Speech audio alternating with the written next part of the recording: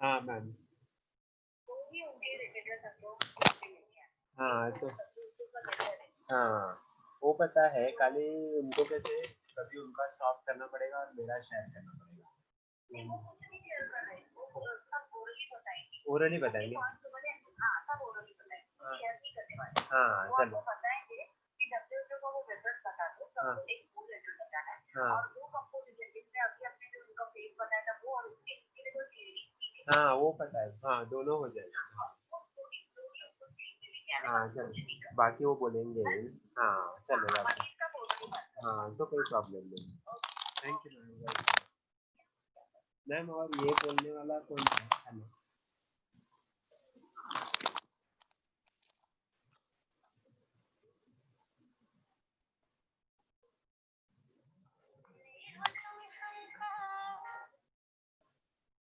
Hello hello. Good yes morning DP. Ma'am. हाँ हाँ। हाँ बोलो डीपी। Hello hello. हाँ हाँ हाँ बोलो। हाँ मैं रहूँगा मैम। मैं फ़ोन हाँ करता हूँ, अभी एक सेशन चल रहा है ना, वो जाओ। हाँ मैं थोड़ा टाइम में करूँ आपको, हाफ एन आवर 1 घंटे। हाँ श्योर। नहीं हो जाएगा मैम। हाँ क्योंकि वो अभी वो एक दिन का सेशन चल रहा है ना, लॉ का चालू हुआ है इसके लिए। वो अराउंड 12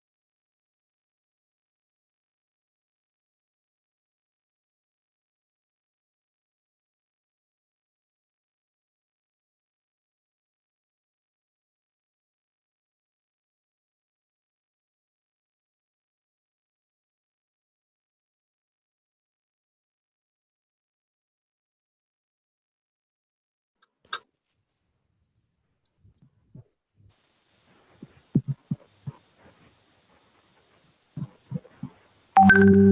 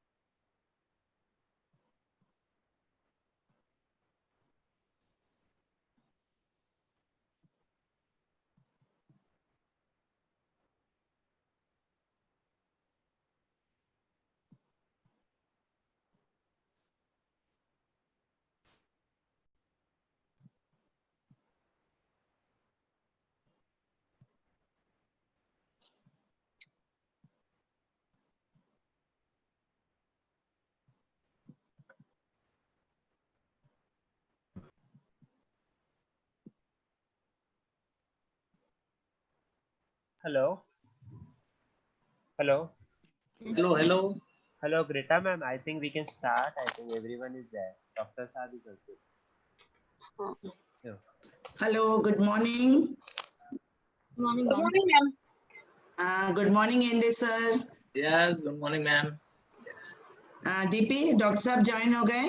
हाँ सर ज्वाइन हो गए. हेलो, हाँ सर ज्वाइन हो गए सर. ज्वाइन हो गए ना डॉक्टर हाँ साहब? हाँ. Okay. Madhura madam, good Yes, ma'am. morning. Good morning, Rita, ma'am. good morning. I think we can start, madam. Yes, we will start now. Greta madam, please start with the session. Sure, ma'am. A very good morning to one and all. On behalf of Hindi Vidya Prachar Samiti, India Vidya Prachar Samiti's College of Law, I, Ms. Greta Castellino, Assistant Professor and Workshop Coordinator, extend a warm welcome to you all for the 3-day workshop on the role of academicians and professionals during pandemics like COVID-19. The instructions to all will be to not post any greeting in the chat box. The host will be turning off the audio of all participants. You are requested to cooperate. Please also keep your videos off so that we preserve some bandwidth. During the registration process, several participants have already sent in questions to the honorable speaker. We have made note of them. The participants may raise relevant questions in the chat box only during the open session for questions and discussion. They will be directed by the workshop convener to the speaker. The e-certificate will be awarded to participants only if the following criteria are fulfilled. The participant has 100% attendance and is present for the entire duration of the 3 days, and the participant submits the feedback form for each session.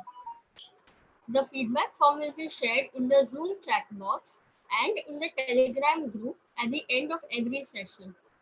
We will accept responses only until 30 minutes after sharing the link, and no excuses for technical errors will be entertained. The mention of COVID-19 brings to mind the lockdown, social distancing, quarantine, frontline workers, the issue of migrants, as well as mental health. In the quagmire of such emotions, many of us are working towards helping society in our personal capacity. At the same time, it is essential that as academicians and professionals, we play an active role in mitigating the ill effects of pandemics in our professional नहीं, capacities अभी as तो well. कोई थे ना वो With the advice of ICMR and WHO, we know that we need to remain prepared for such pandemics as they will not leave us completely soon. Here, I would like to quote US statesman Benjamin Franklin, who said, by failing to prepare, you are preparing to fail. Hence, this workshop intends to facilitate upgradation of knowledge and skills of academicians and professionals, especially in the discipline of law. It will provide insight into cross-geographical and cross-functional perspectives to explore one's role during pandemics like COVID-19. It's a great honor to be graced by the presence of our patrons, Dr. Rajendra Singh, Honorable Secretary, Hindi Vidya Prachar Samiti, Dr. Usha Mukundan, Honorable Director, Hindi Vidya Prachar Samiti. A humble welcome to the workshop convener, Dr. Mrs. Madhura Kalamkar, Honorable IC Principal, HVPS College of Law, and today's honorable guest speaker, Professor Dr. Ashok Yende. He is the founder director of University of Mumbai Law Academy, also known as UMLA. He served as the head of the law department in the University of Mumbai. Presently, he is the managing partner in Yende Legal Associates, as well as the founder president of Global Vision India Foundation, an NGO dedicated to mitigating hunger and poverty and improving health and education in developing nations. With more than 35 years of rich and extensive experience in administration and teaching, he has headed several leading law institutions across the state of Maharashtra. He has authored 7 books. He has over 35 publications to his credit. In the year 2019, he has won several prestigious awards, including the Lifetime Achievement Award by Asia Arab Summit. It is my humble pleasure to invite Dr. Rajendra Singh, our Honorable Secretary, Hindi Vidya Prachar Samiti, to address the participants. Hello. Good morning, everybody. Good morning, sir. Hello. Am I audible? Yes, sir. Yes, sir. Yes, sir. Good morning, everyone. Our Morning. respected guest speaker of today's the seminar, Dr. Ashok Yende, Yes, sir. Thank you. Director of HVPS, Dr. Usha Mukundan, Principal of HVPS College of Law, Dr. Madhura Kalamkar, all the participants. I wish you a warm welcome on behalf of Hindi Vidya Prachar Samiti. And this is a very good initiative taken by our HVPS College of Law. And it is very useful for a common man also. The topics selected are very useful. And I wish all the success to this lecture series. Once again, I welcome all of you and wish you all the best. Thank you, sir. Before we begin, I would like to request our workshop convener, Dr. Mrs. Madhura Kalamkar, our Honorable Principal of HVPS College of Law, to very briefly address the dignitaries and participants. Good morning, all. On behalf of Hindi Vidya Prachar Samiti College of Law, I will welcome our Honorable Secretary, Dr. Rajendra Singh, sir, our today's guest, Dr. Ashok Yende, sir, our Director of HVPS Family, Dr. Usha Mukundan, madam, and all present principals, academicians, advocates, distinguished guests, teachers, and students for this online gathering. Today we have with us Dr. Ashok Yende, sir, an eminent personality, and who is going to share on today's topic, that is international law and policy on public health and security with reference to COVID-19. He is going to explain on the subtopics under the topic, that is COVID-19, concepts, genesis, Indian legislative developments, then public policy designing, public health system, national global level, role of World Health Organization, the impact of COVID-19 on the economy on national and global level, and also the solution for the same. So I will ask Yende sir, I will request sir to address the speech on the today's station. Thank you. Thank you, Madhura ma'am. And I really appreciate your initiative in organizing this online workshop for 3 days on such an emerging area like COVID, with reference to many other areas like right from national to international level, from legal aid to right to speech and expression. And I also thank Greta ma'am for kind words about me, for introducing me. Then Dr. Rajendra Singh, who is secretary and the trustees of your organization, who are naturally supported in organizing this program. I think it's a really good occasion, and I am thankful to Madhura ma'am for giving me an opportunity. Then Nambiar sir and other principals of the various colleges, students of the various colleges, then faculties and advocates, practicing professionals, and students, and many other, and many social workers are there. And I think additional collector from Mumbai is there, then social workers, then I think some journalists are also there, some medical professionals are also there. So it's a mix of gathering, and I think it's a really allowed to be amongst you and talk about such an emerging area like COVID with reference to international developments. And your presence in such a large number of principals from various districts, from various places all over India, right from Patna, Amravati, Nashik, then Kerala, Mysore. So it shows, and all in such a large number is a testimony about your interest about this topic, because this topic carries a great significance. Why it carries great significance? Because it is directly connected with your life. So Corona issue is directly connected with your life. Naturally, everybody is very much interested. And naturally, law people, law professionals, social workers, academicians, legal professionals, they are also very much interested in the topic, because it has got a great impact on our day-to-day working, our lives of the and career, and the employment and the economic situation of this country. So I think really it's a great occasion to be here. Now everybody knows about the COVID. It has become very popular word, COVID. Anybody from small child to old person, you ask anybody about the Corona, he will explain, at least may not be technically, but he will tell about what is Corona. Now Corona has positive and negative consequences. Many positive consequences it's a very disaster, no problem, that is a great disaster, and a lot of a great impact, a bad impact, adverse impact on the economy and our overall development, health of the people and lives of the people. But no doubt it has changed our total behavior, our way of working. It has made us to adapt this digital and the virtual mode. That's why now we are here. We are here through this virtual mode because Corona made us to adapt this mode.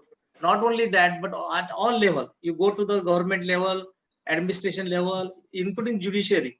Maybe it is because of only Corona pandemic that Supreme Court of India directed that even you can, without gown and the black coat, you can present your case, maybe through video conferencing. But this is the changes through our behavior and the pattern of life which have been brought about by the Corona.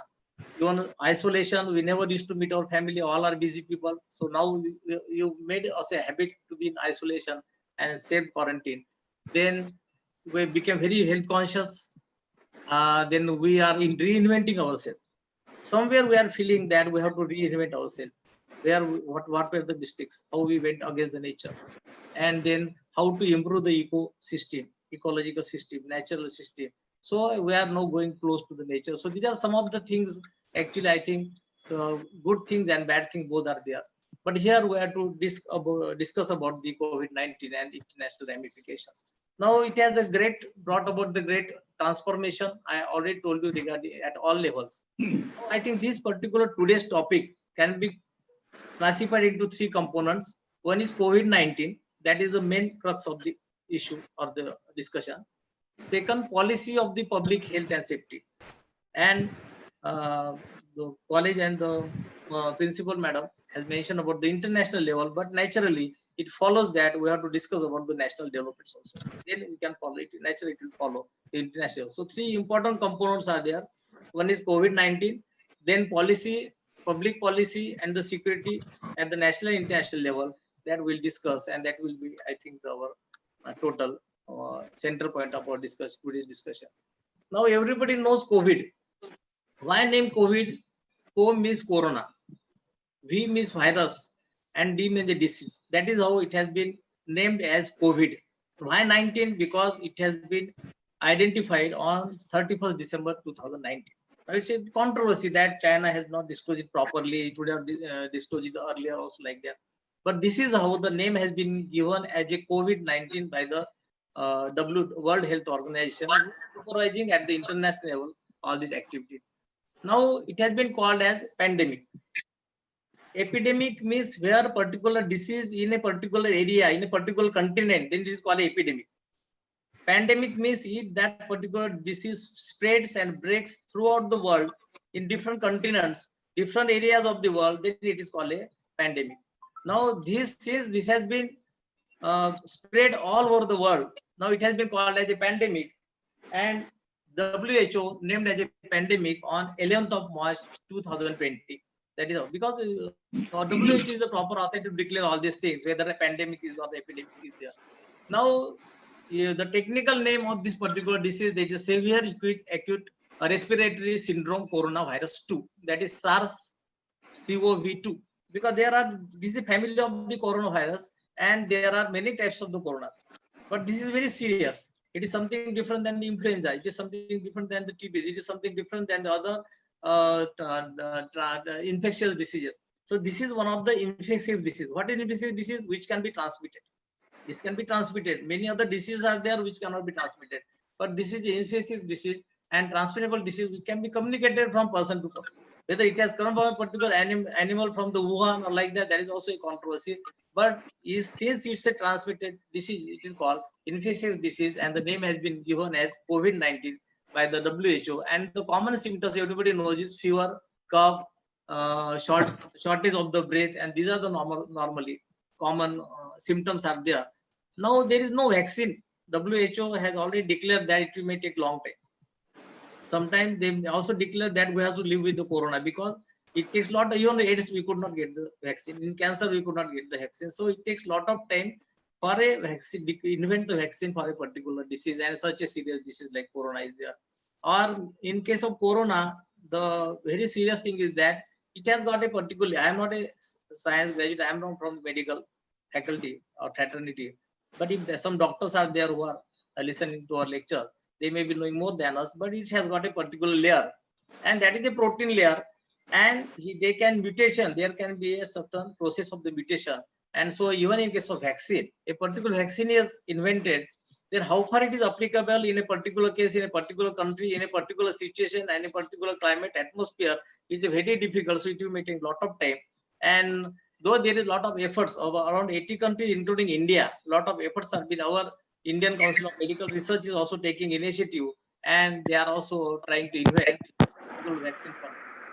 Now, this particular vaccine is very serious because it goes through your lungs or your infection through throat or like that. That's why we used to wear that particular mask. So that particular distance has been mentioned by the WHO that it should be 1 feet. Now it is around 3 feet because it can go through here also like that. So a minimum distance is required. Sanitation part has been, I will not go into details. That has been also declared by the WHO. So protocol in the nature of the advisories, in the nature of the guidelines have been issued by the WHO throughout the world, and that are uniform, and it is member states, it is duty, it is their obligation that they should follow that particular guidelines which have been issued by the WHO. Even I have done a small course of WHO regarding this corona basic principles of the corona and duties of the state, preparatory process of the states, like that small. Everybody will go. You go to the WHO website, you will get that small course, and immediately they will give you the certificate. So these small courses have been announced and made more than 25 lakhs of the students and the professionals. They have joined these courses. It's hardly 3-4 hours of the exercises there. Anybody can do that. But through that process of the course certificate is not important.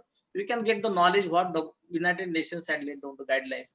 for in case of the safeguards and the safety. Now, WHO released the first letter. Now, Mr. Sethi is there. That first is the original letter that I have brought. And that one first letter on 5th of January 2020. The first letter will be displayed. This is the first original letter issued by on the letterhead of the World Health Organization on 5th of January 2020, indicating that there is the outbreak of some disease. They have not mentioned the name of the disease. You'll find they have only mentioned that some sort of pneumonia of unknown etiology is detected in Wuhan city of Hubei province of the China. So this is a sort of pneumonia type of disease is there. It has been detected in China, and China informed WHO that regional office of the WHO in China, in Wuhan, they inform it to the headquarters, headquarters of WHO, and then Director General of WHO on 5th of January. This is the first letter where WHO accepted and indicated that some sort of the pneumonia, the name corona was not there actually, some sort of pneumonia like etiology or some disease is there. So this is the first letter which I received, and my NGO being affiliated to the United Nations, I used to receive communications from some of the meetings, and I have given Principal Madam some of the videos, live videos of the United Nations. I can see the live meetings of the United Nations. Every day they have got their briefings of the World Health Organization in their headquarters, and that I used to listen because they used to send United Nations and WHO used to send me the links. That is UN web. That is a link is the UN web. So I have sent that some of to your madam. So this is for the first time that some sort of disease has been located in China. Now this controversy, I will come to that. Then controversy will not go into the political controversy like that because this is academic discussion. But then many countries say that it was already there and China was too late in informing, and that's why all these other countries took the measures late, and there was a spread of all these virus and all these things. Now this is not for the first time that epidemic or the pandemic has been broken or the spread at the global level or in various countries. Prior to that also, there are many instances are there before Christ and after Christ. And the first was 430 before Christ, plague of Athens. So these are some of the, I will just mention actually briefly that how different types of the epidemic or pandemic. Pandemic means it is affecting all the countries of the world, and epidemic means in particular region or the particular country. That is, so these are the two terms they have been used by the World Health Organization. Now, right from this plague of Athens, before Christ 430 to Antony plague, then Great Plague of London, Spanish flu, Asian flu, AIDS 1981, this is of distinct origin, H1N1 swine flu, West African Ebola, and then Corona. So these are some of the epidemic and the pandemic even prior to the Corona, and you will surprised to know that in case of Spanish flu 1918 to 20, 5 crore of the people population died in that particular Spanish flu. You can imagine 5 crore that time.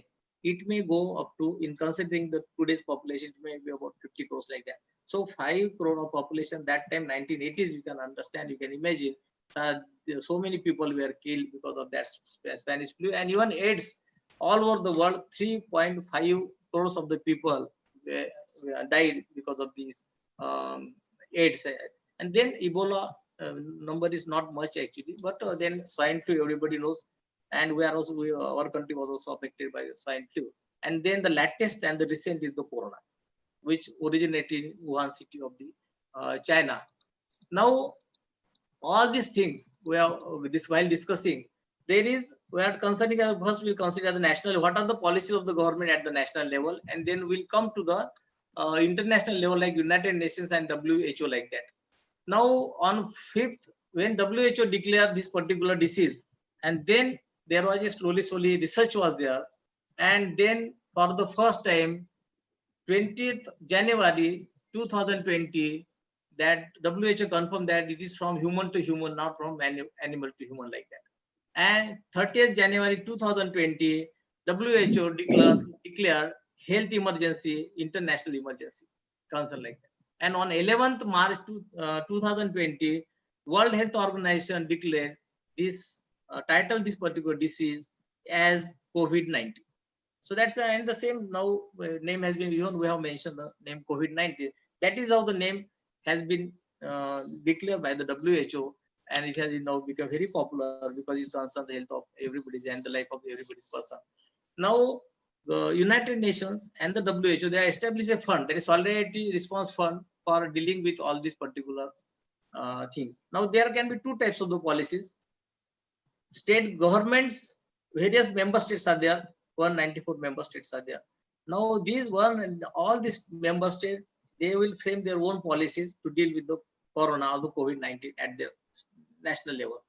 States within that particular country will also deal with various policies, frame their various policies to deal with the tackle with the outbreak and the spread of the corona in this particular country or the particular region. Then various countries at their own level will also talk about or discuss about the frame of their policies, because so public policy framing, which we have mentioned, that policies regarding that this corona. So public policy framing is one of the important process in any country, even at the global level. Now, fortunately, I have completed recently one course on Harvard Kennedy School, that is a public credential course on this designing of the public policy. And in that course, I recently completed in March 2020. It is online 6 weeks course.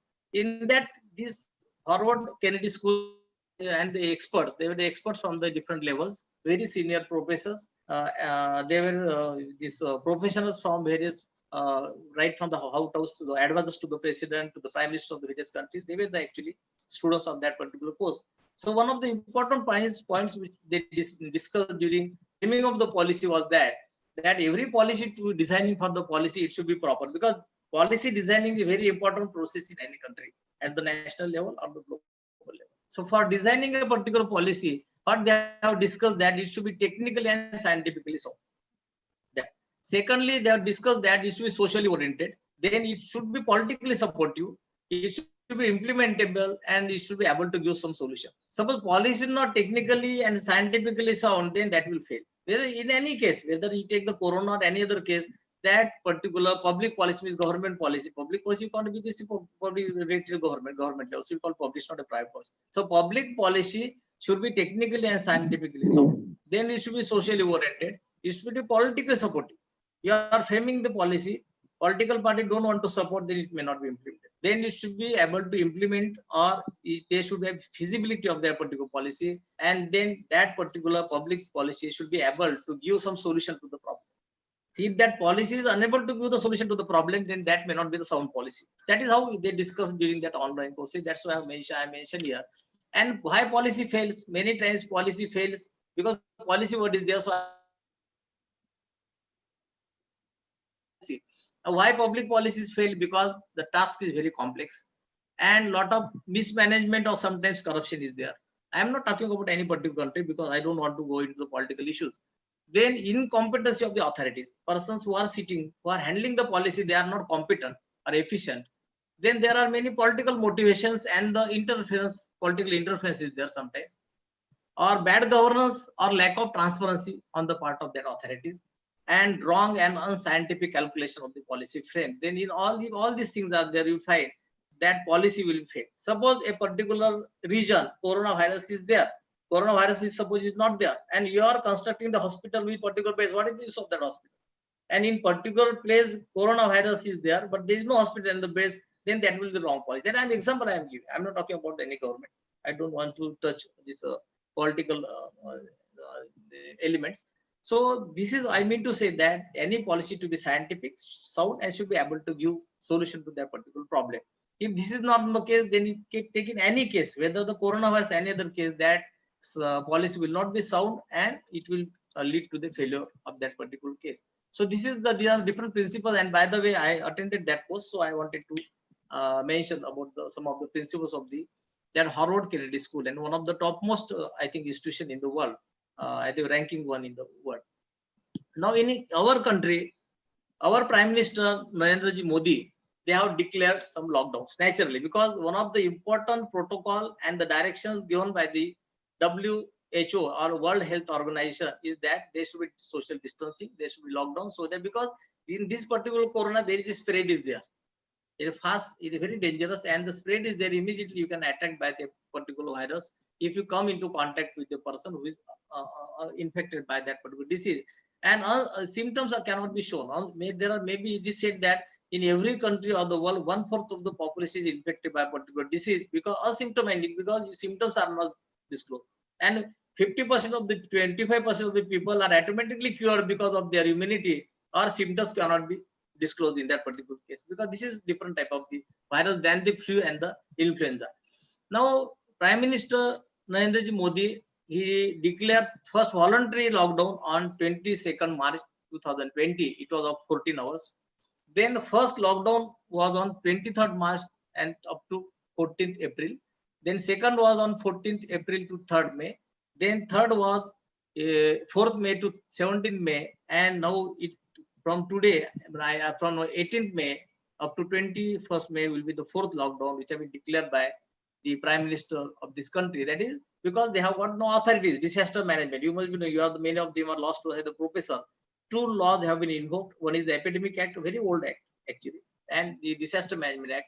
Under the Disaster Management Act, there are authorities are there: national authority, national executive authority, state authority, like that. Prime Minister is the head of that state, or the Chief Cabinet Secretary is the head of that executive authority. In the state level, CM, and in other cases, Chief Secretary. So they used to declare, and they recently they have also issued the circular of the Disaster Management Authority, issued the circular of the fourth lockdown in this country. Now there are many cases at the global level. I will not mention because it go on changing like that. Maybe more than 46 lakhs positive cases, more than 3,15,000 around maybe deaths are there. India also more than 95,000 cases are there, and around more than 3,000 deaths are there. So that is actually very serious concern. And but India is quite good, I think. If you consider this Italy, United States, France, and Britain, we are every day more than 1,000 deaths are there, and the condition is very serious. So at least right now, where government is trying to take steps in different level. Now, for any policy to be implemented, it is always supported by the law and legislation. It has to be supported, because otherwise nobody will going to listen. So in India, government has promulgated or declared at section 144 of the IPC. Section 144 of the IPC deals with the unlawful assembly. More than four people should not come together, though it is declared unlawful assembly. And naturally, then the curfew is there. Curfew is section 188 of the IPC, where they can be arrested, or if they violate the directions issued by the government. So curfew 144, and along with the curfew, it was declared in this country. And then government invoked many occasions. It was invoked actually at Epidemic Diseases Act 1897.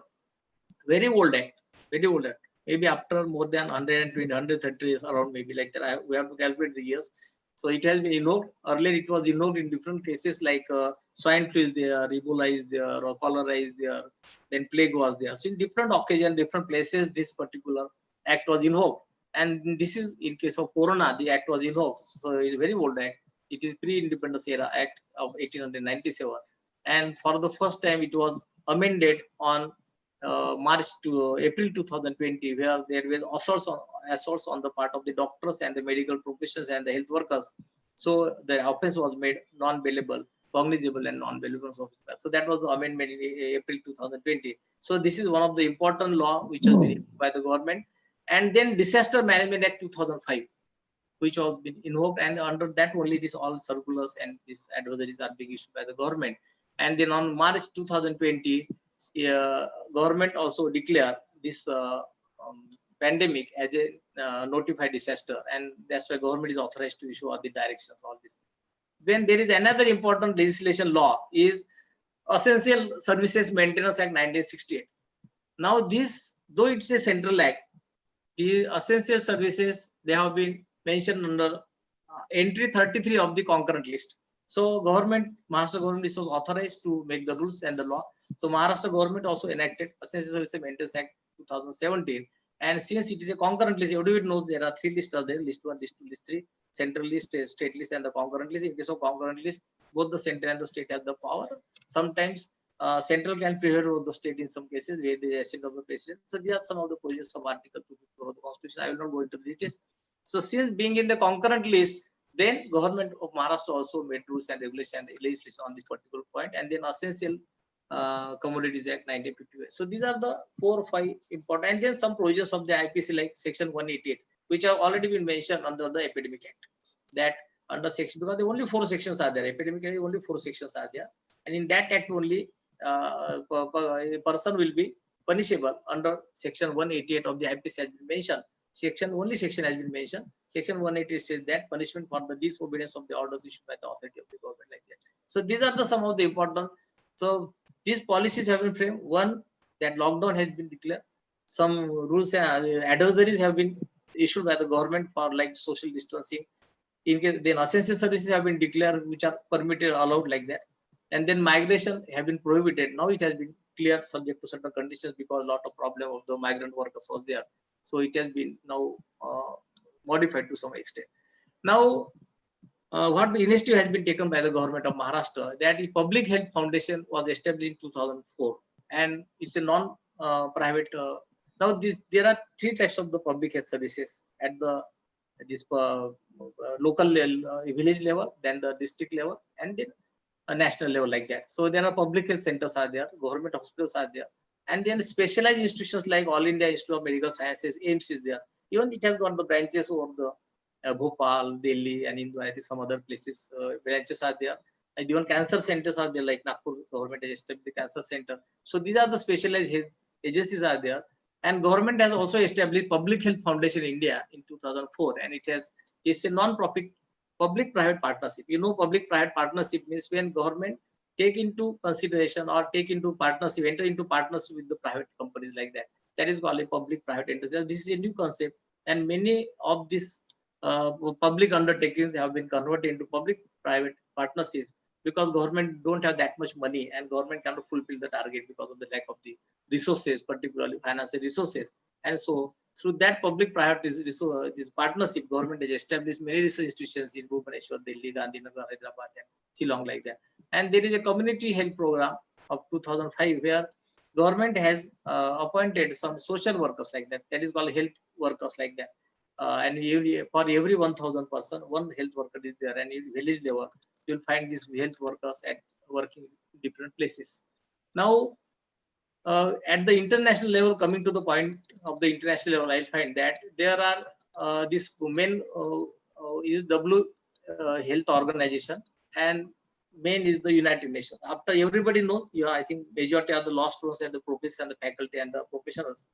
WHO was established after the Second World War in 1945. Then all these countries came together, and this United Nations is intergovernmental, coordinating with the government, giving the guidelines, issued the guidelines, and they have got the 6 important organs. And the 6 important organs of the United Nations are the General Assembly, then Security Council, Economic and Social Council. My NGO is affiliated to Economic and Social Council of the United Nations, and then International Court of Justice and UN Secretary. So these are the 6 important organs of the United Nations, and then others are the subsidiaries, like WHO is there, Human Rights Commission is there, many other subsidiaries bodies are there, or associate bodies are there, but these are the main. Now, specialized agency, there is International Labour Organization. I have visited International Labour Organization in 2004, 1994 in Switzerland, in head of for some academic work, some conference was there. So ILO is a specialized agency. World Health Organization is there, International Monetary Fund is there, International Civil Aviation is there. Then United Nations Commission on the Human Rights is there. So these are the specialized agency of the United Nations to deal with various specialized subjects.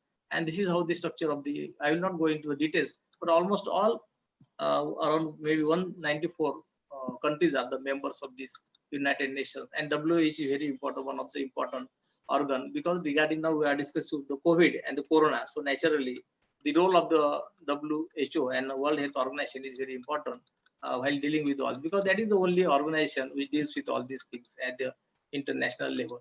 Now, dealing with all these initiative by the government at the national level, at the global level, the authority is the World Health Organization. Now, World Health Organization, I will show you this office bearers of the World Health Organization is composed of name I will mention, and I think can you show that photos of that? Yes, he is a Director General of that particular organization. 1 minute. Director General of this this World Health Organization is there, and he is the main boss of all this thing. His name is Tedros Adhanom. He was earlier the health minister of Ethiopia, and Nottingham University is completed his graduation. He studied, and then from there he was elected by the General Assembly as a Director General. There is a lot of controversy. Now I don't want to go into the controversy, but that he is supporting China, and Trump, Mr. Trump, President of the United States, says that he is supporting China than the other countries or the United States. And controversy. That's why United Nations also blocked and refused to fund WHO because controversy regarding. But he is the main boss of that particular. So Tedros is the Director General, and another important office bearer is Chief Scientist Swaminathan. Somaya Swaminathan. I think you can see his photo. Somaya Swaminathan was earlier the Deputy Secretary of the World Health Organization. Now she has specially one agency has been created to deal with the corona virus all over the global level. And she did her MBBS from Army School, and then MS from Indian Institute, All India Institute of Medical Sciences, like that. She is a daughter of the MS Swaminathan, Dr. MS Swaminathan. Everybody knows this is a great scientist of the country, agrarian reform, educationist. So she is the daughter of Dr. MS Swaminathan, very famous scientist, very great scientist of this country. Now she is first Indian to be appointed as a chief scientist of the WHO. So that is a great credit goes to that. And she's also handling all these things rightly. She interviews some of the channels she has interviewed in India and given guidelines. She's also coordinating with the Indian government regarding all these some of the issuing the advisories. So these are the wings. So United Nations is the main organ, intergovernmental organization to maintain international peace and security, to develop friendly relations with the state, because you know that national level it is easy to enforce the particular law. At international law is very difficult to implement and enforce the laws. It depends. Now these countries are there. They have got a Security Council is there. 5 countries have got the veto powers in the Security Council, and they are very influential. So it happens in every country. At the national level, we also it happens that some people are very influential. They control particular system in the country. Similarly, at the United Nations, like China, America is there, China is there, France, Russia is there. So they are controlling the system. They are the members of the Security Council. They have got the veto powers. So naturally, at the international level, international enforcement of the international becomes very difficult, despite of the orders given by the ICJ and International Court of Justice. So ICJ is their first court, and then International Court of Justice was established subsequently.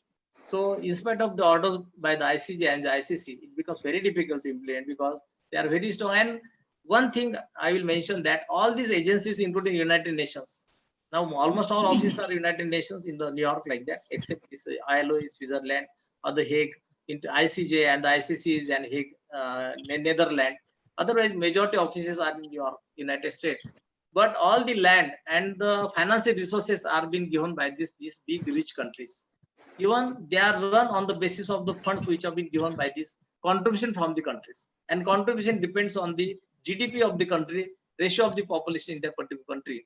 And the major contributor and major suppliers of the fund is naturally, you can understand, United States is the largest financer of all these international agencies.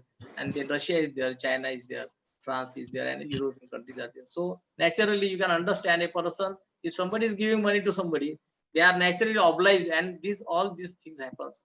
And sometimes we feel that these orders are not being implemented because now Trump has reduced this sponsor and the funding to WHO because the Director General is favoring China. That is what his allegations are there. It has not been proved, but Trump is alleging that WHO is supporting the China, and he said that coronavirus. Trump openly in the press. We must have listened to the press conference every day. He used to give the brief before in front of the White House, and he said that this is a Chinese virus like that. This is the Wuhan virus like that. He mentioned, and some press reporters crossed it. So he did not like it like that. So that is the open secret. So he said that it is originated from the China. It has been man-made virus by the China. It is a biological weapon subject. So these are some of the allegations of Mr. Trump, President of the United States. He said that he has stopped funding to the World Health Organization, and but China has then doubled his funding. Like China said that don't worry, now I will give the funding. So China and other countries there, but some countries criticize that this is not the time or the way or the occasion where we should stop the funding to WHO. But they are doing all the, because and then WHO ultimately coordinate with the all these countries. So these are the 6 important organs, and these are the some subordinate organs of the United Nations, and WHO is one of the important organs. Now, in spite of many schemes, government has got many schemes. Like you must have heard about the National Health Scheme is there, Ayushman Bharat is there, National Mental Health Program is there. At the national level, the Prime Minister, and at the state level, Chief Minister, they have pronounced many schemes related to the health. And at the tertiary level, at the primary level, you must have seen at the rural area, there are sub-centers, or we call it a primary health centers. Then at secondary level, we find in the smaller sub-districts or community health centers. And district level, we find the district hospitals, district government hospitals, and sometimes there are government medical colleges. In our times, there were hardly in Maharashtra 2-3 government colleges, and it was very difficult to get the admissions. Now, in many districts, you will find there are government medical colleges. They are attached to the district hospital in that particular district. So at this tertiary level, our health system is working. And then there are specialized agencies. I mentioned about the AIIMS is there, All India Medical Sciences, very special agency, such a huge hospital with all the specialization, so many doctors working there. So, and now AIIMS has also having branches in various places. There are some research institutions, including Cancer Institute established by the government. So this is the overall of the structure of the government initiative government is taking at that level. Now, global level, we are lagging behind actually. Our portion and contribution of the percentage of the contribution of the allocation of budgetary allocation for the public health is much lower actually, and compared to other countries. France followed by Italy, Spain, Oman, Austria, Japan, and US is the country spend largest portion of the GDP than any other country in this world. But still it ranks 37 out of the 191 countries, because this ranking of the health system. Now, Italy, they are very good system. Even Prime Minister Modi ji mentioned that Italy, France having very good system.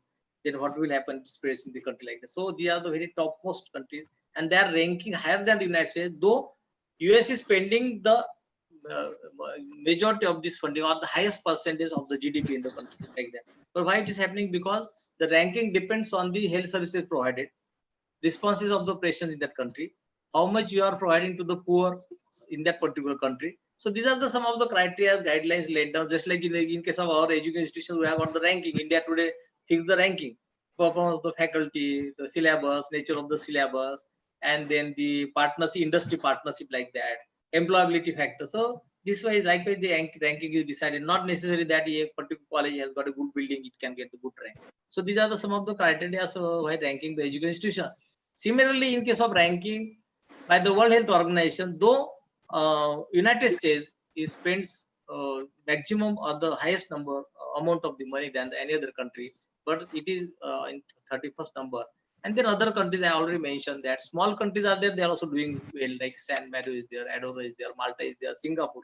They are doing well, they are at the high level of the ranking declared by the World Health Organization.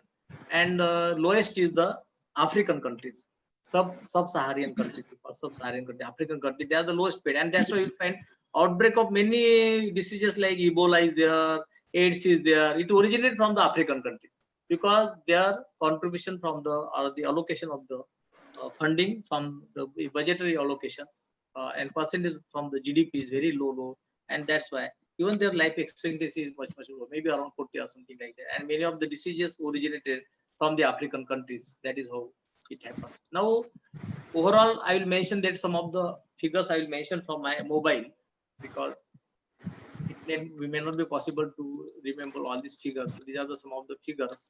1 minute.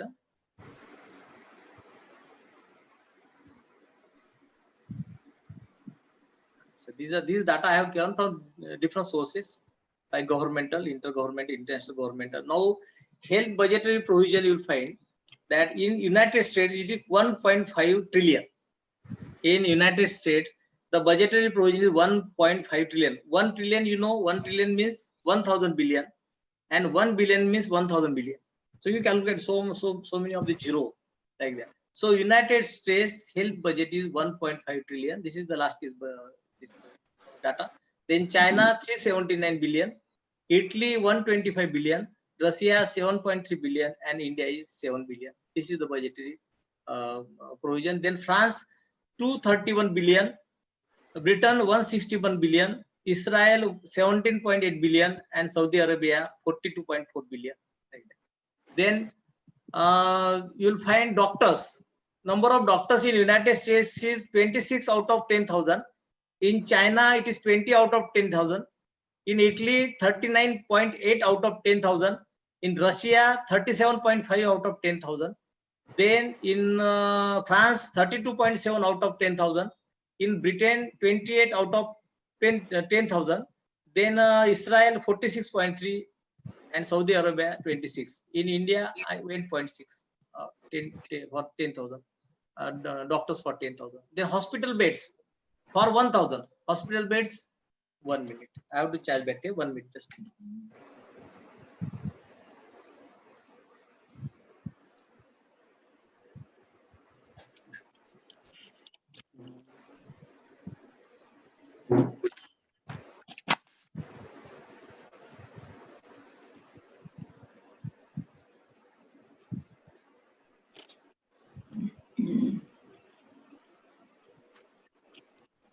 Sorry,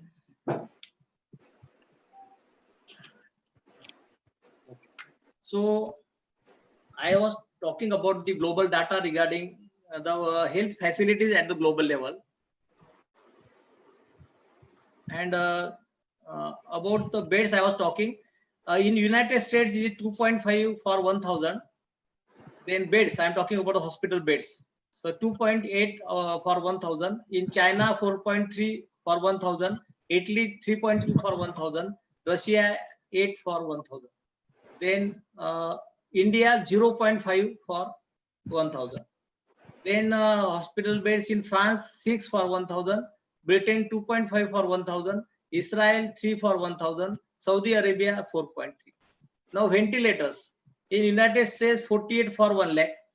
China, third. Now this figure have been changed because now recently Prime Minister also declared that they are manufacturing ventilators. They are also importing some ventilators like that.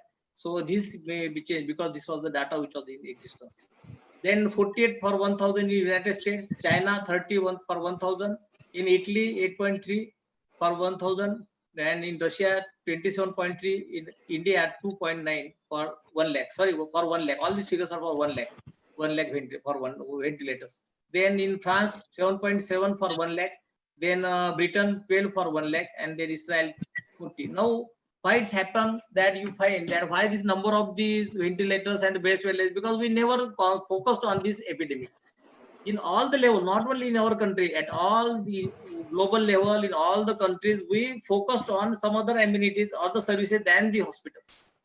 You see the budget allocation for the defense, budget allocation of this budgetary provision for the defense is much more than the health services in any country. Or take the case of education. So we were knowing that I have just mentioned about some of the epidemic and the pandemic at the global level before Greece, right from the 430, where lakhs and the millions of the people were died because of the pandemic or the epidemic. But in spite of that, many countries or most of the countries, they have not made the sufficient adequate provision, but they made the provision for the defense, military, and other things like that. So that is the unfortunate part. I'm just maybe due respect to the various government. So that's why you'll find that budgetary allocation, but United States 1.5 trillion.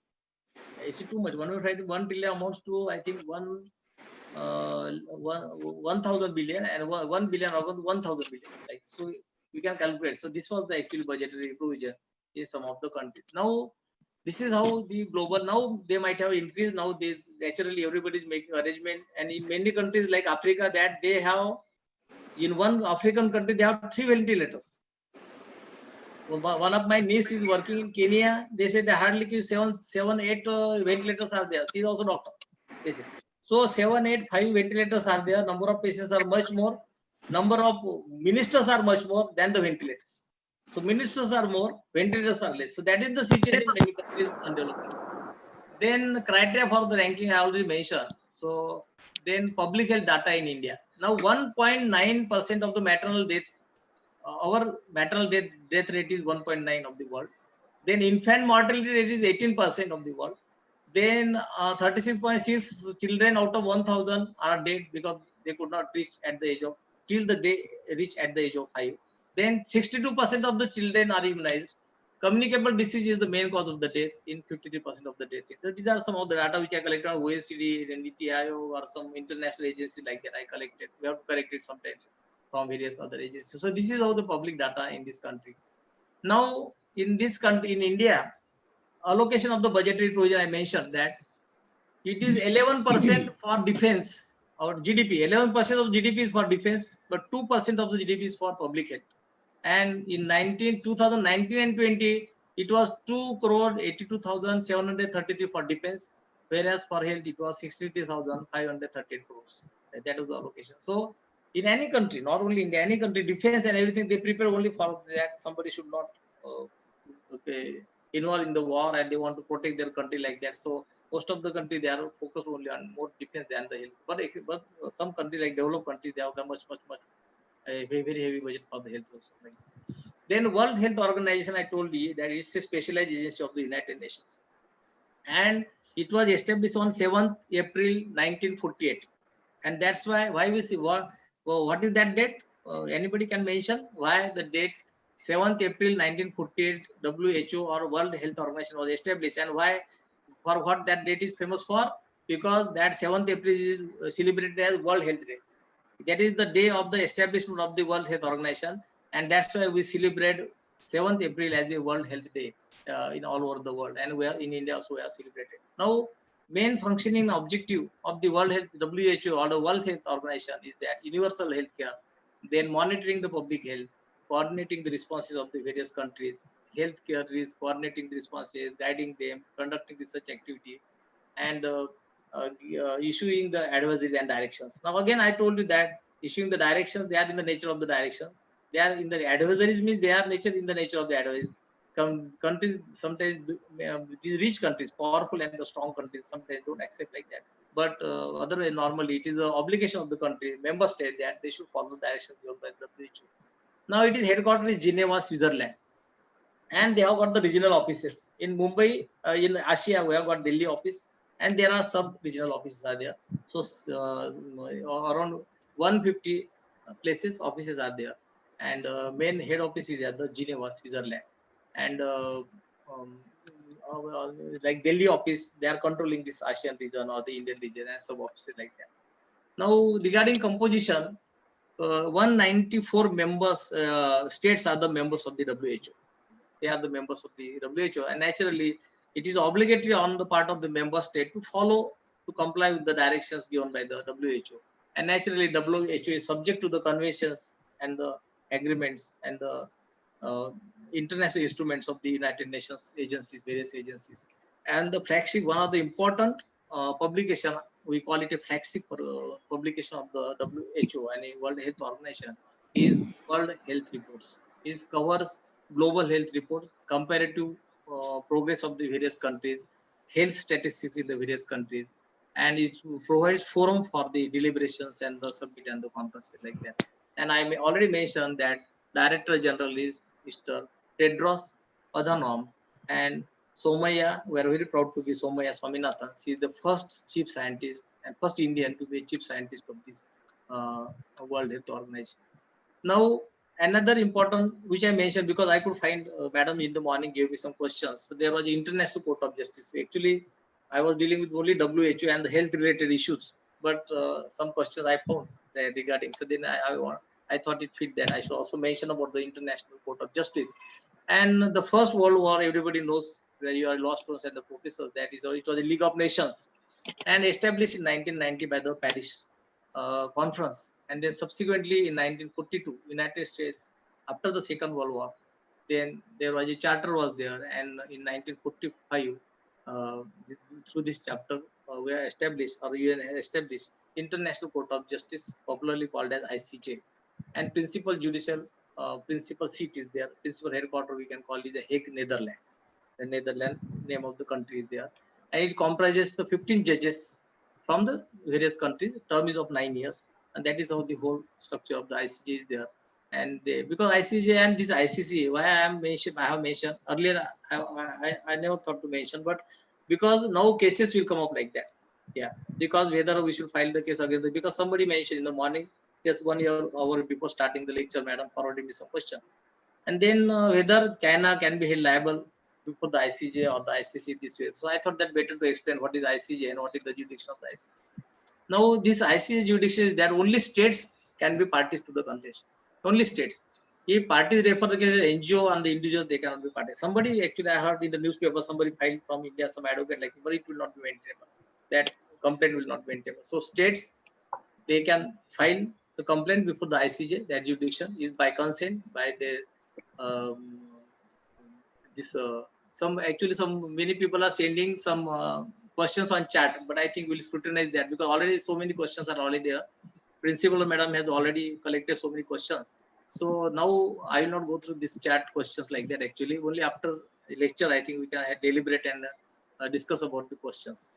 I think that will be better. So parties may refer the state parties may refer the dispute to that, or it is by consent, or it is as per the treaties and the convention. If some treaties are there, so they are bound by the treaties and the convention, and that particular conventions have not been followed, you can approach the ICJ, or by agreement you can find out, or by mutual consent you can file the complaint. The state can file the complaint before the ICJ, one state against the other state, or there can be advisory opening. Specialized countries of the United Nations, they can ask like Security Council, United Nations, or various specialized organs of the UN, they can ask for the advisory opinion. Like in Supreme Court, Article 143 of the Constitution of India, everybody knows, that provides for the advisory opinion. And in many important cases like appointment of the judges, particularly appointment of the judges of the High Court and the Supreme Court, Supreme Government of India, President referred the case to the Supreme Court for taking advice regarding appointment and the transfer of the judges of the High Court and the Supreme Court. Many important advocate on record speak with many important cases are there. And then in that is same jurisdiction like advisory jurisdiction has been given conferred on the ICJ, and they can decide on that particular case. There is no such particular procedure like CPC, CRPC like that. We have got in India, in domestic law, we have got particular laws. They can be enforced. There is sanction is there, police is there. He can be arrested. His property can be attached. But international level, no such IPC, CRPC like that. They can frame their own rules. There are rules of the ICJ. There is a procedure of the ICJ. They have framed their own procedure, and accordingly they can deal with that particular complaint in that particular case. Now regarding, again, I have found in some questions also again non-compliance. It is bound to be there. That you say in one of the case like Republic of Nicaragua versus United States of America 1986, then that case actually Security Council, International Court of Justice ruled against the United States of America, USA. But in spite of giving decision against the United States of America, America was reluctant to obey that. They said, "I will not comply with that order of the ICC." Then, if any particular order is not compliant with, then naturally we have to go to the Security Council, is the main authority, and we'll go to the Security Council. And Security Council again will direct. All at the moment we can say request. What direction is there? Ultimately, they have got everything is supplied to the international specialized agency by all the big, strong, rich countries, even including your military personnel, your security forces, your money, everything is funded by that naturally.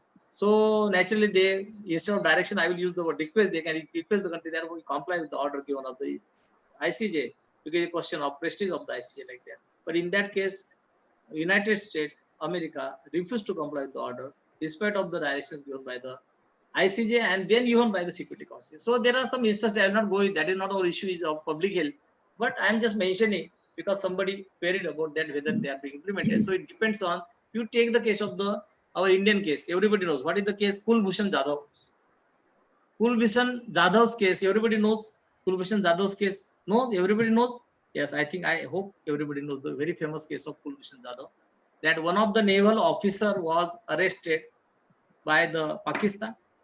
Pakistan was alleging and claiming that he is a spy of the RAW. RAW is one of the research wing of the or intelligence wing of this India. And this that he's spying on behalf of the India. That is on behalf of the RAW. RAW is funding, and then he was ultimately arrested from Iran. He was deported to Pakistan, and he was arrested and then kept in jail. And then ultimately, because he was from this Navy, there was a court martial, and through court martial, within a immediate short period, I think maybe 3-4 months, then he was sentenced to death. and then we filed a case before the ICJ. And Harish Save, the eminent lawyer, one of the topmost lawyer from India, Advocate Harish Save, senior counsel, designated senior counsel of the Supreme Court of India. He represented India before the ICJ. Now Pakistan says that we have got the sufficient evidence. We have got the recording of everything like that. Naturally, he must have been tortured, harassed. He must have accepted everything like that. They said we have recording. He accepted that. He was paying for the India like that and raw and everything like that. So he was sentenced to jail, sentenced for the capital punishment. Okay, like by that particular marshal of the Pakistan. Then Indian government on his behalf filed a case before the ICJ. Everybody knows, very popular case. Particularly law students are there, teachers are there. They know, very popular, very famous case to which was argued by the advocate Harish Save before the ICJ. And then ICJ said that they have not followed that particular Vienna Convention, because I told you that we can approach the International Court of Justice. The particular convention is been not followed or is there a breach of the particular convention. So in that case, it was a Vienna Convention. See, in case of Vienna Convention, then we argued the case that except one Pakistani member, there were so many judges. I told you 15 judges. So one except Pakistani judge, all judges were in favor of India, and they ruled in favor of India. Rule means they say that he should be given the consular access. He should be allowed to meet the consular authorities in that particular case. And accordingly, our request was to release him was not accepted. They directed to state the execution. That International Court of Justice stayed the execution of the Kulbhushan Jadhav in that particular case, allowed access to the consulate, or we call it consular access in there to Kulbhushan Jadhav. And then after that, even after that decision, also Pakistan only once allowed for the consular access, a meeting with the consulate of this consulate authority of India, and once allowed briefly for a short minute parents of that Kulbhushan Jadhav. But even a small country, forget about United States, but even a small country like Pakistan is not listening to ICJ. Yeah, because some question in the morning, 1 year before starting lecture, there were questions. So even Pakistan, they are not listening to ICJ, and they have only slight for few, briefly they have allowed the consular access to the consular authority, except that they have not done anything. The decision just lying. ICJ is also just waiting for the implementation of the decision. So this is how it happens in international level, because international law is not so enforceable strictly like national law, where there can be sanctions, there can be arrest, there can be attachment, all these things there. So international law, it's strong. If you are a strong country and a powerful country, then they are also reluctant and they try to compromise and adjust all these things, or try to mitigate and or to mediate the matter like that actually. So this just I mentioned because this was a recent case of the Kulbhushan Jadhav, very famous case of the ICJ, and still it is pending like that. Despite of the strong arguments by Harish Save, despite of the judgment in our favor, it is not being granted. Pakistan is not listening like that. Because ultimately, every time you cannot do the war. The only sanction is the war. You can understand now this China, Russia, and America, they are on the verge of the third world war. But everybody knows that the third war is there. It will be digital war, it will be biological war, and 95%, maybe more than 95% people will be killed. So nobody wants third war, because nobody, they will not be there. Their leaders will not be there. People will not be there. Nobody will be like so. So that's why it's not nowadays. That time it happened like that. But nowadays, because of the digitalization technology, all this, you have just push the button and your missile will go to there. Now America killed that Iranian officers, the chief of the Iran, but only by putting the button and by digitally killing them. Exactly on that point, the missile was dropped like that. So you need not go. You need not go with the rifles and AK-47 like that. So everybody will be in the office in their war room like that, and from that, all this third war will be there. So and it's not advisable. So they don't even no country want that there should be third war, because they know the serious consequences of the third war, and that's why. But something will happen like that, because they are blaming each other, they are checking with each other, they are warning each other like that is happening, and every day in the news, various versions are coming, different versions are coming. No uniformity, no authenticity is there. But we are listening because there is no other alternative except to listen to the television. What television says we have to accept, because we don't have any other source of information like that. So this was the case of International Court of Justice, and then they did not follow, unfortunately. Now another, somebody mentioned that there is International Court of Justice. Somebody also mentioned. That's why again I included this. This was not there in my today's lecture actually. But then again ICJ was there. ICJ was established on 1st of July 2002. Now there are jurisdiction is different. Here the jurisdiction of the ICC is different. That is called International Criminal Court. Here jurisdiction is limited to prosecute the individual in cases of the crimes of the genocide, crimes against humanity, war crimes, crimes of aggression. So this happened after Second World War. Second World War, two tribunals were established. One was International Military Tribunal and the Nuremberg, and second was International Military Tribunal for the Far East, for the Tokyo, for the Japanese. So one tribunal for the Nuremberg for the Germans, and because of Hitler, you know that Second World War, what happened, because and then there was a dropping of the bomb at Hiroshima and Nagasaki in September 1945, and what happened, so many people were killed, and again these nations came up and they developed themselves like that. So these two specialized tribunals will establish, but then United Nations and some leaders and US and United Kingdom, they thought that there should be a specialized force for deal with all this thing. Because you know that during war there is no limitation, no law is there. Yeah, now anything happen, we go to the Human Rights Commission, this court, that court, like that. In war there is no government is there like that, and so much of the atrocities are there, so much of the rape cases are there, anybody will do anything, so much of the heinous crimes are there, and that is crimes of the genocide. So many people are killed like that, thousands and the lakhs of the people are killed, like just like it happened in Second World War like that. So there should be somebody, some authority, some tribunal, some judicial authority should be there. So it was called as International Criminal Court, and it was established on 1st of July 2002 in cases of crimes of genocide, then crimes against humanity, then war crimes and crimes of the aggression. Now, then this particular court was whether there was some little bit controversy what should be happen. It was based on the rules of the statute and the International Criminal Court, and then this court main again the procedure they have got the laid down their own procedure. One person who initiated an investigation was the chief prosecutor. Sometimes I joined that one online, because now because of Corona I got the advantage that I did so many courses because of the Corona epidemic, and because we have to stay at the home, so I joined so many courses like that.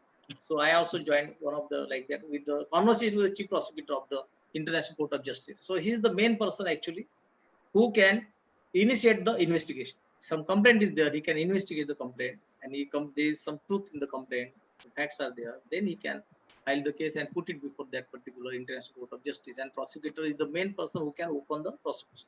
That is the main in that particular case. And then subject matter of the jurisdiction, I've mentioned you genocide and other things are there, but it's very widely interpreted. Like now the case of the Corona is there. So Corona now we can see that it is a crime against the humanity. If suppose like, because WHO says that it has not been proved by the Mr. Trump and United States that it is a man-made of the biological weapon, something like that. Is what WHO, the Director General, said in one of that, which I heard personally. Now, if suppose the evidence is there, then we can say that it is a crime against the humanity. And in such cases, there can be punishment or the compensation as the case, because they have got a very wider jurisdiction like that. It depends on that. And we can certainly, but we have to prove. Now, there already some cases have been filed against the China. Somebody mentioned about some questions in the question submitted to me. But already some of the states in the America, they filed a class action. That is called a class action suit. It is called a class action suit, which is also mentioned in the Civil Procedure Code of the India. It is also, you must be knowing that class action suit. Similarly, in the United States, some states, they filed class action suit against China. Now, it can be said to be a crime against humanity if they have not disclosed either it is originated from the Wuhan city in China, or they deliberately, because that particular city Wuhan, they have got a very virology, one of the most leading updated virology laboratory in Wuhan. And unfortunately, it was funded by the United States. Now China is saying that you supported us, you funded us, so that war is going on. So it was funded by USA. Maybe China played some game like that. I'm just making my views like that. It is subject to question like that, and no political something like applications like that.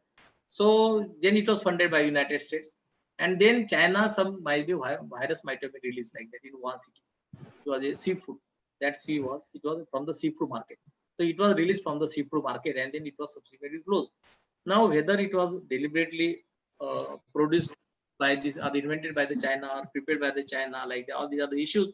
But America is and European countries, they are blaming China, and they are alleging that it is a man-made virus and prepared invented by the Chinese virology laboratory like that. Actually, now WHO is not accepting that. But suppose evidence is there, certainly you can file the case in ICC, and certainly it is against the humanity, because one of the clause is like genocide and crimes against humanity is there, or the crimes of the aggression is there. So one of the crimes of it can be very much broadly covered on the crimes against humanity, because lakhs of the and crores of the billions of the people are being killed because of that. So this can be one of the cases, but it depends ultimately. I told you that is ICC, whether International Court of Justice, China will listen to ICC directions, all these things are there, and these are the actually political issues like that. Now this genocide is there, then so, and then again many other judicial like murder, extermination, enslavement, possible transfer of the population is there, torture is there, rape is there, sexual slavery is there, enforced prostitution, forced pregnancy, enforced realization, sexual violence, prostitution, and apartheid. And these are also some of the which have been mentioned in that schedule is there. They have got one schedule, Article 6, Section 6. The schedule is there, and they have mentioned these offices are there. Then International Court of Justice court has got the jurisdiction to deal with their such type of offences in that particular case. Now, then war crimes. So I will not go into the war crimes because this was not the issue, because somebody mentioned, so I mentioned. Now, whether China can be, that question is there. Lecture will answer at the proper time. Now, their clash is going on. Lecture. We hope that something thing will happen like that. Otherwise, because third word will be a serious case.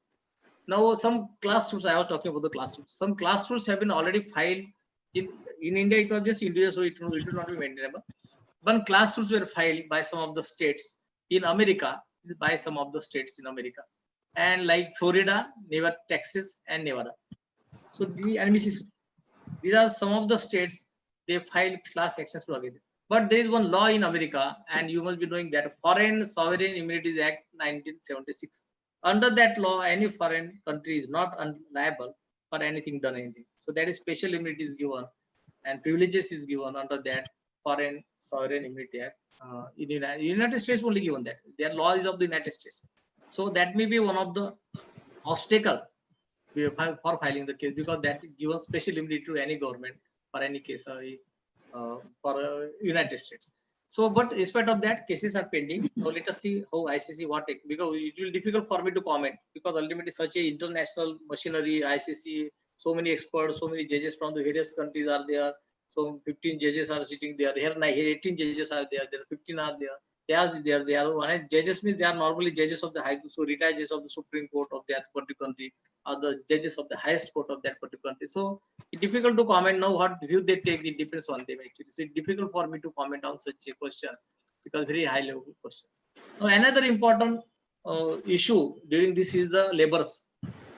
We have seen so many labors going from this state to another state. Very difficult problem was there. And another important concept which have been invoked, what the force majeure. Force majeure is a Latin word, and means if there is some act of God is there, and you are the students of law and professors of law, you know section 56, that performance of the contract or non-frustration of doctrine of the frustration. If particular contract cannot be complied with, it cannot be complied with, then it is called frustration of the contract under section 56 of the Contract Act. Now, in lines with that, one universally accepted principle in all the world, in all the countries, is force majeure, the Latin word. That means if because of the act of the God, that contract could not be completed. In that case, whether that employer is liable to pay the wages or like that. Same thing happened in case of the laborers. Now, laborers suffered a lot. It is naturally against the human rights and all these things. They should not, in my opinion, they should not have been suffered. Lot of because of the adversity, because of the protocol, because of the directions, and many were suffered as a poor people suffered because of all these restrictions of the lockdown like that. But force majeure is another important element, whether employees are entitled to pay or not. Now they say that this is a force majeure, is act of the God. Act of the God is a wide term. Is act of the God means because of the earthquake, because of the epidemic, because of the pandemic, because of certain things which could not be, it is beyond the control of that person. That is called act of the God. And in this particular, this is the proper and suitable situation where force majeure can be applicable in a particular case, and employees are not entitled to comply with the obligation. They need not pay the wages. Now Supreme Court also directed like that. Now suppose you want to pay the rent, you are not unable to pay the rent because you are not knowing Corona is there, you can't go, you cannot ship your furniture material like that, you cannot go, you travel, you cannot book the transport. Then force majeure is there. You are either you are entitled to pay that from money for the product or like that. So that is not a codified law. It's a like principle of the tort law like that actually. But that was another issue. Though no, there is no specific decision of the Supreme Court. Cases are pending. Supreme Court has not ruled. But government through advisories, that is in the nature of the advisory, in the nature of the direction, they have mentioned that you should amicably settle that, whether 50% of the rent, or like go banks have given on the direction of the RBI, banks have given the moratorium, like 3 months relaxation time that you can pay after the 3 months, like that. So these are the some of the elements where you can amicably settle the matter, and in such cases. But labor problem is a serious problem, and the amendment of the labor law also. So I think we should protect the labor, we should support them, whatever. Uh, then impact of the labor, we have already discussed about all these things actually. Now somebody also asked in one book, what are the solutions? A very difficult question for me to answer. What are the solutions? What to be done after the post-COVID? Now I already told you that because of the COVID, there is a radical transformation. There is a radical transformation of the behavior, working condition. Now many people and officers, and they are working at home, whether at the government level, at the industry level, corporate level, they are working at home. They are working at their home. That is the another culture and the behavior we have to change, and that we are already. And Tata's and Reliance, they have also said that we are in the profit because people are working. We are saving the transportation and other costs. We are saving because of working at home. So there's another culture is there. Secondly, another post-COVID scenario will be that majority thing will be virtual, including our education. Majority thing will be education, like online. There will be online education. Now many conferences, now we are this conference is being organized by principal madam. This is where video conferencing, and this is to Zoom and all these things, we are interacting with each other, we are talking with each other. I am giving the lecture before you. This is through this video conferencing. So this is the major radical transformation because of the corona, and this is the post corona scenario, that at all level now there are pros are there, cons are there. Now very difficult to answer. Now what measures are to be taken, government has to decide. If I say something, it may not be in consonance with the directions of the government, like that. So it depends on the government what should be done, but it is our duty that we should take the challenges. I always used to say to my student that always convert opportunity problem into opportunity. Problem is there, challenges are there, but only you say that lockdown is there, I am just watching the television, what I can do, government has said we are not doing anything, then that will not be. We have to find the solution, convert that problem into opportunity, and face the challenge. We want to survive because we have to survive. Corona will be there, it is bound to be there. WHO has declared that we have to live with the corona. There is no other exception. We have to, because vaccine is not there. WHO itself says that it will take some time to declare, to invent the vaccine, like that. Then we have to be there. So we have to balance the social distancing, lockdown, along with your routine, like that, or your economic activities. Because it should not happen that 100 people will die out of corona and 500 will die because of the economic crisis. It should not happen. I am telling you, it should not happen. 100 due to corona, 500 due to economic crisis because of the starvation. That should not happen. So we have to balance economic activities along with the lockdown and the social distance, because it may take 2 months, 3 months, maybe 1 year for all these things, all this process. So probably government may be doing, they have got such a big machinery, so many IS officers, so many experts are there. Probably they may be planning, but government should plan on that lines, where along with the lockdown, along with the social distancing, we must have some economic crisis, and we should find the solution. Now online courses, university has now what university said that this exam should not be there. That may not be a solution, frankly speaking. You say that this exam is not there, this is not there, then you will suffer. You will not be empowered. You will not be entitled to equip the skills and the knowledge. If you are not getting the knowledge, no company will take you. No, if your advocate is there, you are not getting the knowledge, you will not be able to practice properly. So you have to find the solution, like Supreme Court filed the solution that there should be video conferencing, like that. So you should equip with the technical knowledge, digital knowledge, and you should learn. I am learning actually. During the period of 1 month, I have learned so many this IT knowledge, like that. Yeah, I joined so many seminars till Ash Center of the Harvard Kennedy School, till the United States Chamber of. I don't have connection actually because my subjects are totally different. But I participate in United States Chamber of Commerce deliberations. I participate in democracy, governance, and democracy in the Ash Center of the Harvard Kennedy School. So these things we have to do. Only you say that government told that lockdown is there, then only watching the TV, watching the film and the movies, and not doing anything. Then subsequently, after 2-3 months, we will face a lot of problem.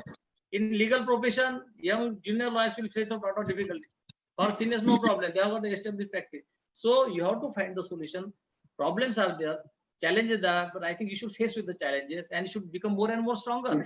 You become more stronger because this is not for the first time epidemic is there. Even I told you that before Chris and after Chris, So thousands of the years there were so many epidemics, and then again government started and they developed after that also. So I think so we should think how to recover the losses due to lockdown. That is government naturally has to generate the employment. Serious problem. There have been lots of the employment problem. Even ILO declare how much crores of the million. America, so many lakhs of the people and unemployed applied to the work because there is a scheme. Unemployed person gets the unemployment benefit, and that is 80% of your salary. So lakhs of the people applied to the United States authorities for getting that allowances, unemployment allowance. In our country, actually very bigger amount they may get, but that there are all over the world there is recession will be there. There is a lot of unemployment is there. So we have to find the solution. Otherwise, there will be very difficult task, I think. But India has got a good opportunity. What I personally feel, India has got a good opportunity because in China, everybody against the China. They are coming together against the China. They don't want to start the industry in China. They are withdrawing the industry from the China. So I don't see the opportunity to start the industry in India. So invite them, give some incentive, give some opportunity like that or concessions like that actually, and then we can start the industries like that. Otherwise, now we are now even dependent on China. See, I think from television GTV there was a report that 16% or articles they are coming from the China. All small things from brush and from toilet and bathroom, everything, television, all these things we are taking from China because it's the cheapest and having that technology with cheap prices or the inexpensive prices like that. So we should start with something like that, some projects, and I think government and Prime Minister and the Chief Minister may be planning all these things. But we should have certain plans. Otherwise, there will be a lot of serious problem than the corona. It should not happen. Then we say that we want to live with the corona. We want to live with the corona better than all this crisis. It should not happen like that. So there will bound to be serious problem. Even in the education. Now education, I am giving warning because I am a part of the education system. I was head of the department of the University of Mumbai. So I am giving because now you have to update with your knowledge. Because it will be online. I can listen to the lecture of the Harvard. I can listen to the lecture of the Cambridge. You are not knowing anything actually. Students will not come to the college. They will not join the college. They will join the online course of the Harvard University. They will join the online course of the Cambridge and the Oxford. What will do? You will not get the students. There is a lot of problem for the institutions. Unless you are the students, you will not get the fees. If fees are not there, you are not going to get the salary. Government has stopped the 50% salary. Government has stopped the TA and DA of the people. That is newspaper. Everybody is a fact of the part of the record. So government has stopped the salary because they are not in a position. So government has to stop the unproductive institutions.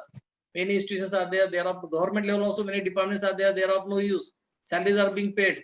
Like in our times, it was Hutap Kendra Adhikari, then Malaria Adhikari. No plague is not there, but office is going on. Salaries are going to the offices like that. So there are more than 150 departments where they are no use and they are being so unproductive institutions at all level will be automatically closed down because such a crisis will be there.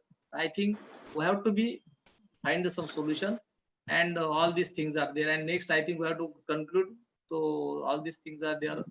What else shall I do? So now WHO also warning. Recently, warning has been given. I have given some video to the Madam Principal Madam Madhura Ma'am, and that this WHO says that and don't assume coronavirus will be recently. This is 15 March. This is 15 March video. I was listening to that because every day they have got the press briefing. Today it was not there. This last press briefing of the WHO, which I listened to, was on the 15th May. Today there was I listened to one video on WHO morning, but it was regarding some planning and development, something like some other committee was there. But WHO briefing was the other way. Every one day after a gap of one day, they used to organize. The Director General used to organize press briefing about the developments in the various countries, and I used to listen to that. But today it was regarding on some other point. It was there, but it was on some other point. So WHO officially declared that don't assume coronavirus will be eradicated. This is official statement, official statement. So we have to live with the corona. It will. WHO says many countries are trying. More than 80 countries, including India, they are trying for the vaccine. But actually, it's not so easy task because this particular virus, it has got a particular. I'm not from a medical side, but some doctors may be there in the audience. They may be knowing that it has got a particular protein covered by the particular protein. They will enter your body. They will rupture your strong cells like that, and they will try to go to throat and lungs and every other organ. Not only lungs, after lungs, they will go to your heart and brain, up to brain, they can go like that. So this is that particular type of virus, very intelligent virus, but very dangerous virus. So this virus is there, and even if you discover a particular vaccine, that particular virus used to mutation is there. The RNA, DNA, all these things are there. Science students must be doing. That mutation is there. They will change their own color or mutation.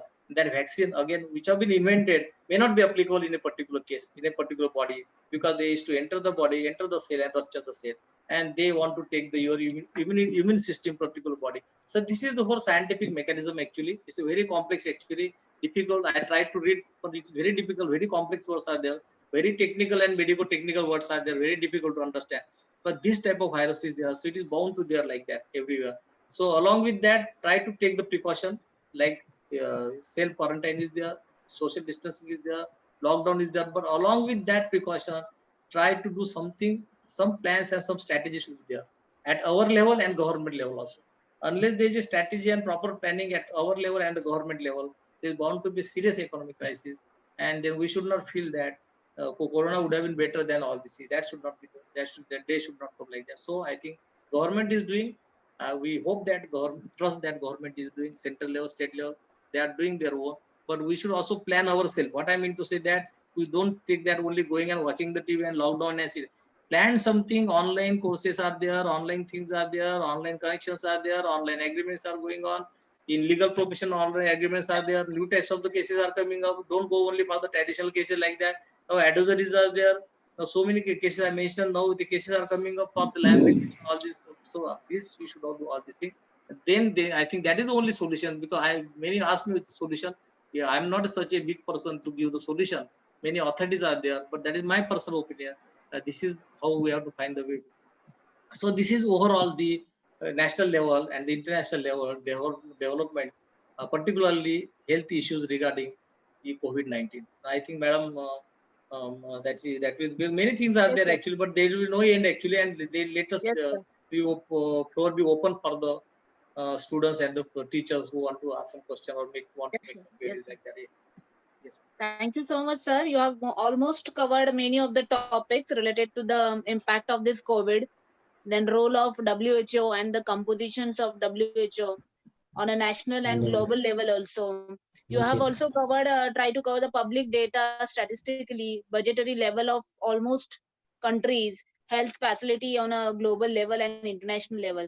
Even you have tried to cover all the questions which has been asked by many of the students from Loyola University, Chicago, Amravati, then Kolhapur, then Devjibhai Haria College, St. Rock's College, KS College. Also, there was a question regarding the spreading of COVID-19 by Advocate Dharmesh Mehta, principal of LR Tiwari College of Law. Um, then you have also covered the question of Advocate Nimesh Savla. Then also Shailesh Kumar Bhatukar, law student from DTSS College. So KLE College also you have covered her question. Uh, so most of the Shivaji University. So thank you so much for giving this informative session, sir. And also I will thanks to a very big support for organizing this session to Nambiar sir also, and also Rajadhiksha sir and Dr. Anil Varia sir. I will now over to Greta madam for vote of thanks. Greta madam. Yes, ma'am. Yeah.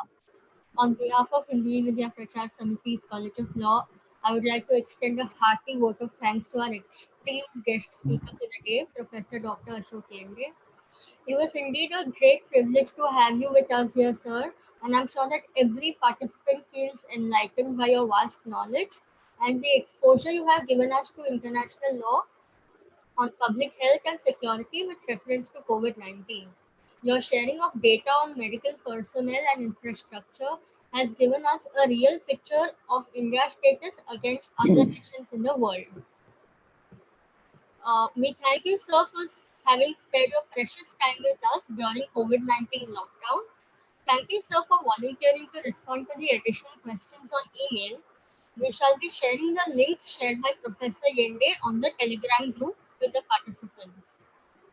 I'd like to thank our very encouraging and supportive management, Hindi Vidya Prachar Samiti, for giving us this platform to host our 3-day workshop. Sincere thanks to our Honorable Secretary, Dr. Rajendra Singh Sir, Honorable Director, Dr. Mrs. Usha Mukundan Madam, I would like to specially mention our solicitious and diligent workshop convener, Dr. Mrs. Madhura Kalamkar, without whose meticulous effort we would not be able to organize this workshop. Also, a very big thanks to Devi Prasad Shetty sir for hosting us on this platform. Neha Nayak madam, my beloved colleagues Evita ma'am, Amar sir and Saisha ma'am, our entire technical and support team. I would like to thank the participating principals from different colleges, various advocates, resource persons, all teachers and students for being a wonderful audience. Kindly requesting all registered participants to fill up the feedback form. A link will be dropped in the chat box now and will be open for 30 minutes to accept responses. Also, a kind request is to join the Telegram group for further updates and other webinars. Signing off, Ms. Greta Castellino, Workshop Coordinator.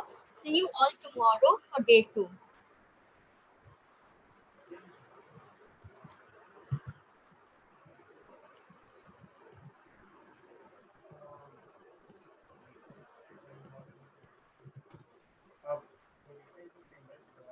DP? DP? Hello. DP, end of the session. We have almost covered all the things. Huh? Yeah, sure, ma'am. Okay. Yeah. Thank you. Thank you, And DP. somebody raised the hands. I think somebody raised the hands. Somebody wants to speak something. Yes, Hetal Chawla Two and participants raised Shahid the hand. Ahmad. Two participants raised the hands. I don't know. Hetal What is very, Chawla. yeah. Hello, Yes. Greta ma'am. First of all, I would like to thank all of you for conducting such an amazing lecture, and it was so informative. And actually, for barely a third year student like me, I mean, I did not know that I should be looking into so much things in detail. Another thing Thank that I you. request you is that can you please share with us the Telegram link either via email or any mode of It has communication that already is been sent on email. You may have to check maybe your spam folder. okay. Thank you, Hetal. Thank you for your Thank you. very Thank you, sir, it's so much. In this, sir, Thank you. Welcome. and sir, So and if you could also enlighten students like us on what are the international courses like from WHO, US, etc. I am looking forward to see you on some other occasion if college invites me. And because this is no need of the hour because of the virtual and all these things. Just like virtual court, like virtual classrooms are there. So I think it is a need of the hour there. We have to interact on the various emerging issues. Now don't go into the traditional issues of the subjects that you can read at home, but discuss about some issues, emerging issues, and then I think that will also help you in your employability. If traditional knowledge is there or your subjective and theoretical knowledge is there that you can read at home, of course it is necessary, but that will not pay you anything, that will not provide you any employability. For employability, I think our universities in India, universities are providing only this theoretical conceptual knowledge like that actually. So we have to restructure everything now because of the COVID and Corona and because of the radical transformation. I think we should change from this traditional concept, and we should have a discussion on the emerging issues. What, because in foreign countries they also think about the what will happen ahead of the 5 years. What will happen? What is going to happen? And then we don't think like that, and then it becomes very difficult for us. So we should always be ahead of the time to discuss about what are the emerging problems. We are expecting like that, and then I think I am looking forward to have discussion on some of the issues for the law students, law faculty like that, even from the other people. But they should be, I always feel that it should be interdisciplinary. It's just now you see that because of the during coronavirus, or many of the specialized institutions failed to respond properly because we have got so many institutions, science institutions, IIT, so many things are there, but few are responded, but not to such an extent. That's a lot of difficulty for the government. The government could not cope it properly respond because our higher education institutions could not respond it properly. So I think because somewhere we have to restructure all these things, somewhere we have to reinvent ourselves. What I mentioned the word here, reinvent ourselves, and we should be able to, because unless you cope and deal with all the challenges, it will be difficult time. Already recession is there, already unemployment is there, even profession wise there will be problem, business wise there will be problem, And if you don't go beyond all these things and don't equip with the skills necessary and don't take the challenge, actually it will be very, very, very difficult time. Thank you. Thank you, sir. I request the DC sir to end the meeting now. Thank you.